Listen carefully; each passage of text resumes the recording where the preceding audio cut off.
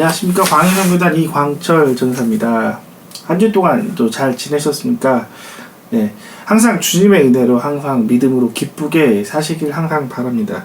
제가 이 말씀 전하기 전에 잠깐 기도를 해봤는데요. 많은 성도들이 근심과 염려로 항상 지낸다고 성령님께서 제게 이렇게 말씀하십니다. 근심과 염려가 무엇입니까? 믿음을 떠난 나 개인적으로 생각했었던 그러한 생각의 결과 아닙니까? 우리 그리스도인들은 근심과 염려로 생활하는 것이 아니라 우리가 믿음으로 하나님께 맡기는 삶을 살아야 되는 것입니다. 그리스도인은 이 세상에 있는 것과 다른 방법으로 살아야 되는 것이에요. 그것은 주님께 맡기는 믿음, 주님의 음성으로 전진하는 믿음, 그것이 그리스도인이 살아가는 방법입니다. 오늘도 찬양하고 바로 말씀 전하도록 하겠습니다. 오늘 설교는 조금 어려울 수 있어요. 아마 기존에서 들었던 설교하고는 너무 생소한 설교일 수 있습니다. 그러나 그 설교들은 여러분의 그 영이 성장하는데 꼭 필요한 부분입니다. 여러분 반복해서 설교 꼭 들으시길 바라고요. 항상 주님 안에 기쁨 누리길 바랍니다. 오늘도 찬양하고 예배 시작하도록 하겠습니다.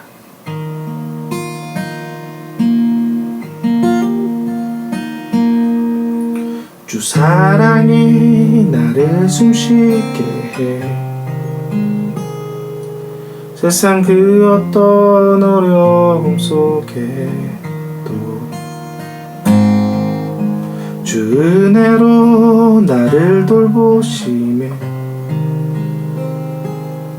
세상 끝날까지 지켜주시네. 주 사랑이 나를 이끄시네. 내가 갈 수 없는 그곳으로 주의 사랑 나를 붙드시네. 세상 끝날까지 인도하시네. 주님만이 내 아픔 아시며 주님만이 내 맘 어루만지네. 어느 누구도 나를 향하시 주님의 사랑을 끊을 수 없네. 주님만이 능력이시며 주님만이 나의 구원이시네. 어느 누구도 나를 향하신 주님의 사랑은 끊을 수 없네.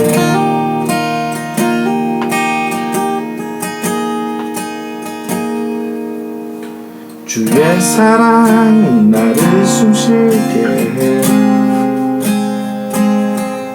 세상 그 어떤 어려움 속에도 주 사랑이 나를 이끄시네. 세상 끝날까지 인도하시네. 주님만이 내 아픔 아시며 주님만이 나를 어루만지네. 어느 누구도 나를 향하신 주님의 사랑 끊을 수 없네. 주님만이 내 능력이시며 주님만이 나의 구원 되시네. 어느 누구도 나를 향하신 주님의 사랑 끊을 수 없네. 주님 주님만이 내 능력이시며 주님만이 나의 구원이시네. 어느 누구도 나를 향하시 주님의 사랑을 끊을 수 없네.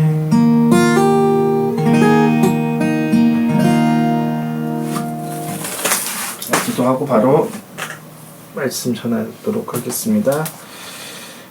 하나님 감사합니다. 오늘도 우리에게 말씀 주셨습니다. 이 말씀을 듣고 항상 하나님의 뜻들을 생각을 하고 순종할 수 있게 해주시고 항상 하나님 앞에서 변화된 자, 성숙된 자로 주님 앞에 가까이 서서 주님의 얼굴을 보는 그런 하나님의 마음을 아는 성숙한 자녀로 항상 성장하게 도와주시옵소서. 예수님 이름으로 기도합니다.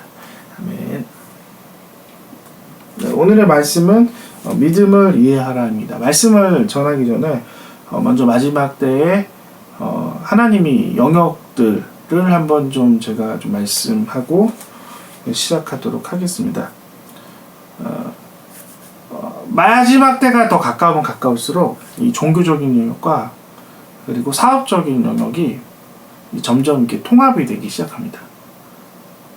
마지막 때가 되면 이렇게 분리되었었던 이런 종교적인 것과 그리고 이제 사업적인 것들이 이렇게 거의 이렇게 일치해서 하나의 목적으로 가기 시작을 할 거예요. 그 목적으로 더 갔었을 때 하나님의 일들을 이렇게 더 효율적으로 하게 만들 것입니다. 특별히 재정의 영역도 지금에 있는 그런 재정의 영역이 아니라 거대한 이 재정의 영역이 하나님의 큰 부흥과 함께 같이 연합해서 움직일 것입니다. 마지막 때에는 하나님의 모든 창조했었던 것들이 하나님의 목적을 한 곳으로 이루어지게 통합되는 방향으로 갈 것입니다. 정치도, 경제도, 문화도 예전에 이렇게 따로따로 이렇게 한 독립적인 영역을 했다면 이제는 정치도, 문화도 이것이 모두 다 하나의 일치적인 목표로 하나님의 아름다움을 창조할 것이에요. 이 문화의 영역도 하나님의 아름다운 영역을 창조하기 위해 계속해서 이렇게 점점점 이렇게 더 발전돼 나갈 것입니다. 이 재정의 영역도 마찬가지예요. 지금은 재정이 그냥 이렇게 큰 돈을 번다라는 재정이지만 이제 마지막 때로 더 가까우면 가까울수록 이 재정들이 하나님께 드려지는 것들, 특별히 부흥하는 곳에 하나님의 교회 그리고 선교하는 곳, 이것들이 이렇게 크게 이 재정도 하나님의 방향으로 그리고 이 하나님의 그 모든 영역 안으로 들어가서 마지막 하나님의 일들을 완수하는데 하나의 통합적인 관점으로 계속해서 이루어질 것입니다. 지금이 그 시기임을 제가 보고 있습니다. 여러 가지 유튜브 방송이라든지 여러 가지 뉴스를 보면 예전에 이렇게 분리적이었던 그런 문화들이 계속해서 이렇게 통합적으로 변하고 있는 것이 제 눈에는 보입니다. 여러분 눈에는 아마 안 보이실 분들이 많아요. 뭔 종교는 종교고 이게 무슨 뚱딴지 같은 소리냐. 나중에 이게 몇 년이 좀 지나면 제가 말하는 부분들이 이제 좀 이해가 될 것입니다. 저는 이런 부분들을 오랫동안 준비했었고 이제 곧 있으면 그 부분들에 대해서 이제 펼치기 위해서 이제 또 다시 한번 또 도약의 시간을 또 가질 테니까 여러분 또 제가 했었던 말 좀 기억하시고 저를 위해 기도해 주셨으면 좋겠습니다. 네, 오늘의 말씀 제목은 믿음을 이해하랍니다. 본문은 요나서 1장 1절부터 3절입니다. 여호와의 말씀 아비떼의 아들 요나에게 임하니라. 이르시되 너는 일어나 저 큰 성읍 니느웨로 와서 그것을 향하여 외치라. 그 악독이 내 앞에 상달되었느니라 하시니라. 그러나 요나가 여호와의 얼굴을 피하려고 일어나 다시스로 도망하려 하여 욥바에 내려갔더니 마침 다시스로 가는 배를 만난지라. 여호와의 얼굴을 피하여 그들과 함께 다시스로 가려고 뱃삭을 주고 배에 올랐더라. 오늘의 말씀은 믿음을 이해하라는 말씀으로 말씀 전하도록 하겠습니다. 사람은 말을 하면 듣는 사람이 모든 것을 다 이해한다고 생각합니다. 그러나 아무리 설명을 잘해도 설명은 완전할 수가 없습니다. 믿음의 영역도 마찬가지입니다. 어떤 사람에게는 그것이 진리이고 어떠한 사람은 그것이 중요하지 않은 이야기, 엉뚱한 이야기로 들릴 수 있습니다. 그것은 믿음을 이해하는 수준이 틀리기 때문입니다. 먼저 믿음에 대해서 이해하기 위해서는 선한 부분과 악한 부분에 대해서 먼저 이해함들이 필요합니다. 말씀은 선한 부분이지만 우리가 마음이 선하냐 우리가 악하냐에 따라 그것이 다르게 이해가 되기 시작을 할 것입니다. 선한 사람, 하나님의 말씀을 따라가는 사람에게는 이것이 하나님의 집을 짓는 중요한 요소지만 악한 자, 하나님의 말씀을 떠난 자에게서는 그것은 불편한 것이 되는 것입니다. 그리고 저주가 되는 것입니다. 베드로전서 2장 6절부터 8절 제가 잠깐 읽고 이 말씀이 무슨 뜻인지 제가 한번 설명하도록 하겠습니다. 성경에 기록되었으되 보라 내가 택한 보배로운 모퉁이 돌을 시온에 두노니 그를 믿는 자는 부끄러움을 당하지 아니하니라 하였으니 그러므로 믿는 너희에게는 보배가 되나 믿지 않는 자들은 건축자들의 버린 그 돌이 모퉁이 머릿돌이 되고. 이게 무슨 말씀이냐? 원래 하나님이 주신 이 말씀은 하나님의 말씀을 지키는 사람에게는 건축물과 같이 나를 보호하는 건축물이지만 이것이 말씀을 버리고 말씀을 지키지 않은 사람에게는 걸림돌이 된다는 뜻입니다. 이것은 이스라엘 당시에 지었었던 그 건축 방법에 대해서 이해를 하면 쉽게 더 이해할 수 있습니다. 이스라엘은 이 지붕을 지을 때 삼각형과 같은 모형으로 집을 짓습니다. 나무와 나무를 잇대서 이 삼각형의 지붕을 만드는데요. 그 가운데 조그만 돌을 이 삼각형에 있는 지붕의 그 중앙 가운데 그것을 꽂습니다.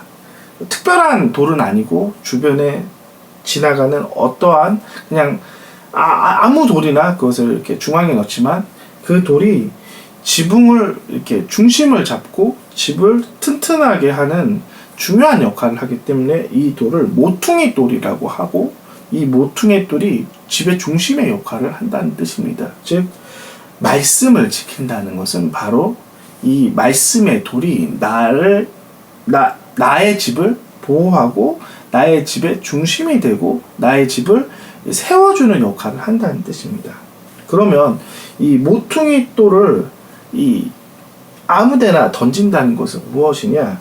바로 이 돌들이 사람은 대부분 양처럼 시야가 작고 눈이 어둡기 때문에 이것을 지나다가 발에 걸린다는 뜻입니다. 넘어진다는 뜻입니다. 즉 무슨 얘기냐? 말씀을 내가 지키지 않고 그것을 중심으로 모시지 않았을 때부터는 나는 그 말씀 때문에 몰라서 넘어지기도 하고 때로는 그것을 지키지 않아서 넘어지기도 한다는 뜻입니다. 말씀은 선인에게는 하나님의 집을 세워주고 나를 튼튼하게 보호해주는 이게 집과 같이 중요한 것이지만 악한 사람들, 하나님 말씀이 떠난 사람들, 이것이 불편한 것이에요. 이 범죄자들에게 법은 불편한 것입니다. 법은 악한 것이에요. 그들에게는. 왜냐? 법 자체가 악한 것이 아니라 그들의 마음이 악하기 때문에 그 악한 사람에게 그 법은 불편한 것이고 나를 걸려지게 하는 것이라는 것이에요. 이 범죄자와 같은 우리의 마음이 있다면 이것은 우리가 계속해서 넘어지게 하는 것이에요. 계속해서. 십계명 마지막 계명 내 이웃의 것을 탐내지 말라는 말씀이 있습니다. 이 탐내지 않는 것들을 하나님께서는 명하셨습니다. 즉 무슨 얘기냐? 남의 것을 인정하고 내 것에 대해서 인정하라는 것이에요. 내 것은 내 것이고 남의 것은 남의 것이라고. 그러나 우리가 일상생활을 살면서 탐내는 죄를 많이 범합니다. 하나님이 내게 주신 것들을 만족하지 않고 남의 있는 것을 계속 쳐다보면서 옆집에 집이 무엇이 있고 아들이 얼마나 또 잘났으며 또 그 집에 또 며느리는 얼마나 잘났으며 하면서 계속해서 남의 것들을 탐내서 계속해서 그 영역이 넘어가기 시작을 합니다. 질투의 영역으로 넘어가기 시작하는 거죠. 질투의 영역으로 넘어갔을 때 내 마음은 불편한 것이에요. 이 사도 바울은 여기에 대해서 굉장히 말씀을 잘 지켰다는 거죠. 율법을 지키는 것은 내 마음을 지키고 내 마음을 하나님께서 보호하기 위해서 만든 것인데, 대부분 이런 부분을 여러분 대부분 지키지 않고 있어요. 이 사도 바울은 항상 자족하는 삶을 살았습니다. 사도 바울은 결혼도 하지 못했던 사람이고, 그는 복음을 전했다고 하지만 매일 복음을 전할 때마다 유대인들에게 손가락질 당했습니다. 즉 무슨 얘기냐? 겉에서 보면 얼마나 그가 불행한 사람입니까? 결혼도 못했던 사람, 그리고 주변에 손가락질 받은 사람. 그러나 그가 만족했습니다. 어떤 것 때문에 만족했습니까? 하나님 안에서 만족했다는 거죠. 여러분은 계속해서 탐내지 말라는 이 율법을 여러분 계속해서 어겨가고 있어요. 옆에 사람이 무엇을 하는지 계속해서 경쟁적으로 쳐다보고, 질투에 대해서 내가 마음을 넘나들어서 이 분노를 더 넘쳐나게 하고, 이 넘쳐난 이 분노를 상대방에게 또 전파를 하고, 여러분 말씀을 여러분 스스로 지키지 않고 있다는 것을 저는 이 말씀을 통해 계속해서 말씀을 하는 겁니다. 여러분 탐내다, 이 부분이 여러분이 얼마나 하나님께서 우리의 마음을 보호하는 부분인지 모릅니다. 이 소도둑이 바늘 도둑된다는 말도 있어요. 이런 질투의 부분만 아니라 내가 내 것에 대해 만족을 해야 되는데 남의 것을 계속 쳐다보면서 침을 삼키기 시작했을 때, 처음에는 침을 삼키는 거지만 나중에는 그것을 갖고 싶어서 몰래 훔쳐내는 내 마음이 생길 수 있습니다. 처음에는 하나 훔치지만 나중에 안 들켰을 땐 2개 훔치고, 이 2개 훔쳤을 때 또 안 들켰을 때는 내가 또 지능적으로 여러 개 훔칠 수 있어요. 그러므로 하나님께서 내게 한계를 주시는 부분들이 있습니다. 그것이 말씀인 거예요. 오늘 탐내지 말라는 그 말씀처럼 내 마음에 한계를 정하십시오. 하나님이 주신 걸로 만족을 하시고, 하나님께서 여러분에게 주었던 모든 환경을 만족하십시오. 왜 대한민국에 태어났습니까? 나는 왜 미국 사람이 아니지요? 나는 왜 호주 사람이 아니지요? 나는 왜 부자가 아니지요? 나는 왜 잘나지 아니한지요? 여러분이 하나님이 주신 그 환경을 이해를 못했기 때문이라는 거예요. 비교하고 계속해서 탐내는 쪽으로 봤기 때문에 하나님이 여러분을 그곳 가운데 이끌었던 것들을 여러분은 보지 못하는 것입니다. 말씀을 지키시고 말씀 안에서 만족하십시오. 그러면 믿음이 보이기 시작할 거예요. 하나님께서 주신 믿음이 왜 이런 부분인 것인지, 말씀을 내게 주셨던 부분들이 왜 이런 것인지, 내가 믿음을 이해하지 못하기 때문에, 내 마음이 악하기 때문에 하나님이 주신 그 믿음이 좋지 않아 보이는 것이기 때문입니다. 요나도 믿음이 깊지 못했어요. 그래서 이해하지 못했다는 거죠. 오늘 본문 좀 잠깐 좀 설명하면서 믿음을 이해하라라는 부분에 가장 중심적인 내용인 것 같아요. 제가 쭉 한번 이야기를 해보겠습니다. 요나는 먼저 북이스라엘 사람입니다. 북이스라엘 사람들은 당시에 아수르라는 제국에 괴롭힘을 당했습니다. 그냥 괴롭힘 당한 게 아니죠. 남자들은 종이 됐고, 여자들도 종이 됐고, 그리고 사람들은 재산을 뺏기고 죽임 당하고, 이랬던 상황에 이 아수르의 중심 니느웨에 복음을 전한다, 그 회개 메시지를 전한다. 사실 이 부분들에 대해서 요나는 탐탁치 않았을 것입니다. 그래서 하나님의 말씀을 거부해서 다시스로 도망가기 시작합니다. 어쩌면 이건 굉장히 당연한 것입니다. 요나 입장에서 왜 이렇게 이야기했는지 한번 제 개인적인 가설로 한번 말씀드리도록 하겠습니다. 그러나 더 중요한 거는 요나가 생각했었던 그것보다 하나님이 믿음으로 요나에게 주었었던 그런 부분들은 더 크다는 거죠. 먼저 믿음을 이해하지 못했었던 요나의 그 믿음을 이해하는 부분들을 한번 제가 쭉 정리합니다. 첫 번째, 니느웨, 특별히 아수르는 악인 국가입니다. 그러니까 당연히 재앙을 받아야 되겠죠. 그러니까 구제할 수 있는 부분들은 끊어야 되는 거죠. 복음을 전해서 괜히 그들이 하나님의 구원을 받은 것들을 끊어야 된다는 거죠. 악인이기 때문에. 예. 두 번째, 복음을 전하기에는 차라리 이 니느웨보다 타시스가 낫다고 생각을 한 거죠. 시간상 더 좋다는 거죠. 효율적으로. 이 세 번째, 율법 기준에 레위기서는 분명히 이렇게 말씀하셨습니다. 상처에는 상처로, 눈에는 눈, 이에는 이로 갚을지라. 남에게 상해된 데를 그대로 할 것이니라. 율법 기준에 어쩌면 맞다고 생각을 해서 요나가 하나님의 믿음을 저버립니다. 그러나 요나의 이해보다 하나님의 이해가 더 크십니다. 이해라는 것들에 대해서 먼저 말씀드리겠습니다. 이해도 지능이 필요합니다.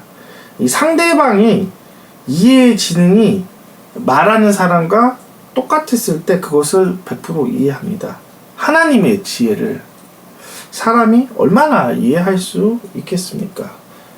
예를 들면 유치원과 초등학교의 이해는 부족합니다. 그래서 그들은 암기밖에 할 수 없어요. 단계가 낮기 때문에.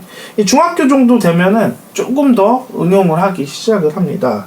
그러나 여전히 이 대학교나 그 이후로의 그 경험이 부족하기에 그 부분들이 굉장히 부족합니다.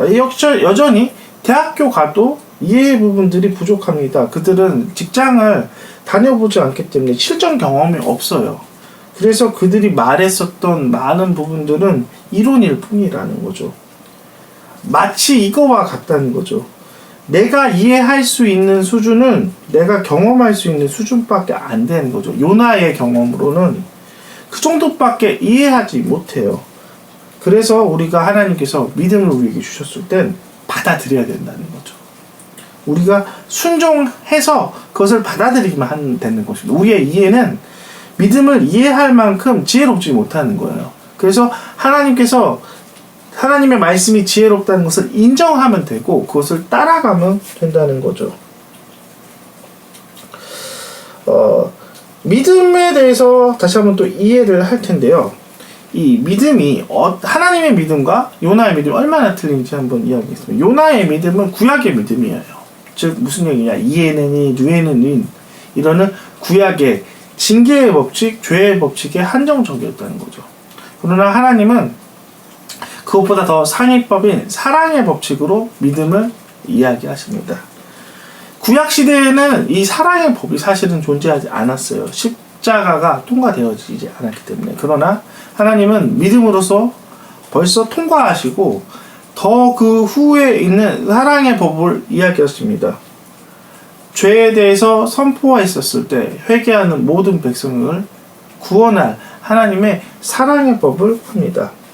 법은 두 가지가 있어요. 상위법이 있고 하위법이 있어요. 법은 여러 가지가 있지만 이 하위법은 상위법에 이렇게 지배를 받는 것이에요. 징계의 법칙, 그리고 죄에 대해서 이렇게 저주의 법칙도 이 사랑의 법칙과 은혜의 법칙 위에 이것을 지배받기 때문에 하나님은 더 큰 법인 사랑의 법으로 요나에게 이야기하기 시작합니다. 그러나 요나가 거기에 대해서 받아들일 수 없고 거기에 대해서 생각할 수도 없어요. 요나는 사람이고 훌륭한 선지자이지만 그 마음은 사랑을 갚을 만큼 충분히 넓은 마음이 아니라는 거죠. 하나님께서 계속해서 믿음을 요하십니다. 어떠한 경우는 이해하지 못할 만큼 큰 것을 여러분에게 요하십니다. 근데 여러분은 여러분 생각으로 그것을 아니라고 이야기합니다. 제가 여러분보다 성경을 당연히 많이 알겠죠. 제가 말하는 깊이와 여러분이 평생 평신도로서 여러분이 이렇게 듣고 있는 깊이는 전혀 틀리다는 거예요. 이 성경을 바라보는 관점, 이 성경을 깊이 열어보는 관점 전혀 틀리다는 거죠. 믿음에 대해서 또 이야기하는데, 이 믿음은 조건적인 것들이 같이 결합이 됩니다. 믿음을 이해하기 위해서는 이 조건 언약을 이해하기 시작을 해야 됩니다. 야곱 이야기를 먼저 하면 좋겠습니다. 야곱은 하나님의 축복을 약속을 받고 이제 형을 피해 외삼촌 집에 라반의 집으로 도망을 갑니다. 근데 라반의 집에 갔을 때 엄청난 고생을 하죠. 그러면 이 말씀만 자체를 놓고 보면 하나님은 거짓말쟁이가 되는 것이에요. 분명히 약속된 축복을 아버지로부터 받았는데 고생 신나게 하고 그 이후로 축복이 된다는 거죠. 여러분은 이 말씀을 들었을 때 의아해야 된다는 거죠. 그것은 말씀의 언약의 법칙과 그리고 쌍방간의 계약의 법칙이 있다는 거죠. 이 믿음, 특별히 하나님의 말씀은 홀로 계약되는 것이 아니라 쌍방간의 계약이 필요한다는 거죠. 하나님께서 우리에게 주시는 건 믿음이고 우리에게 요청하시는 건 순종입니다. 이 두 가지가 이루어졌을 때 약속된 유업이 시작이 되는 거예요. 야곱은 믿음만 있었고 순종은 없었어요. 이제 이 조건들이 두 개가 갖추어지지 않기 때문에 언약이 발동이 되지 않았던 것 뿐입니다. 갈라디아서 4장 1절부터 4절까지 한번 제가 읽어보도록 하겠습니다. 내가 또 말하노니 유업을 이룰 자 모든 주인은 어렸을 때 동안에는 종과 다름이 없어서 그 아버지의 정한 때까지 후견인이 청지기가 되나니 바로 이것입니다. 믿음이 이해되고 실현이 되기 위해서는 바로 하나님의 때만큼 성장이 돼야 된다는 거죠. 야곱은 하나님의 사람으로 변하지 않았을 때는 아직 종과 같은 때입니다.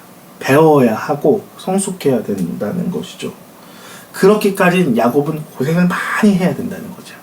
그의 마음이 하나님의 축복의 마음과 사람으로 변할 때까지.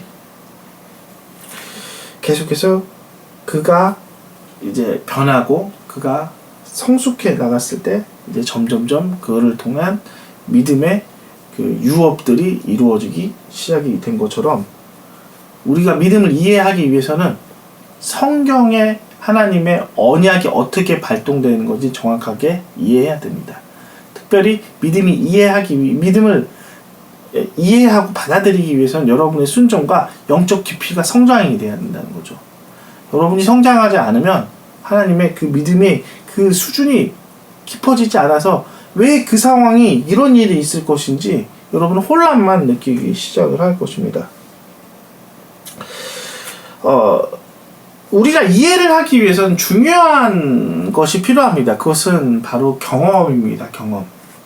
아이가 엄마만 알고 있으면 아빠를 모르기 때문에 아무리 아빠에 대해 설명을 해도 이해를 못합니다. 그래서 경험이 필요하다는 거죠. 여러분 믿음의 경험을 많이 하시길 바랍니다. 은사로서 경험하는 것이 아니라 하나님 성품과 하나님의 지혜를 말씀을 통해 여러분이 그것을 배워야 합니다. 그러면 그것이 이해해지기 시작하면 요나에 대해서 다시 한번 또 이야기를 하는데 요나는 아직 그 단계에 오지 않았어요.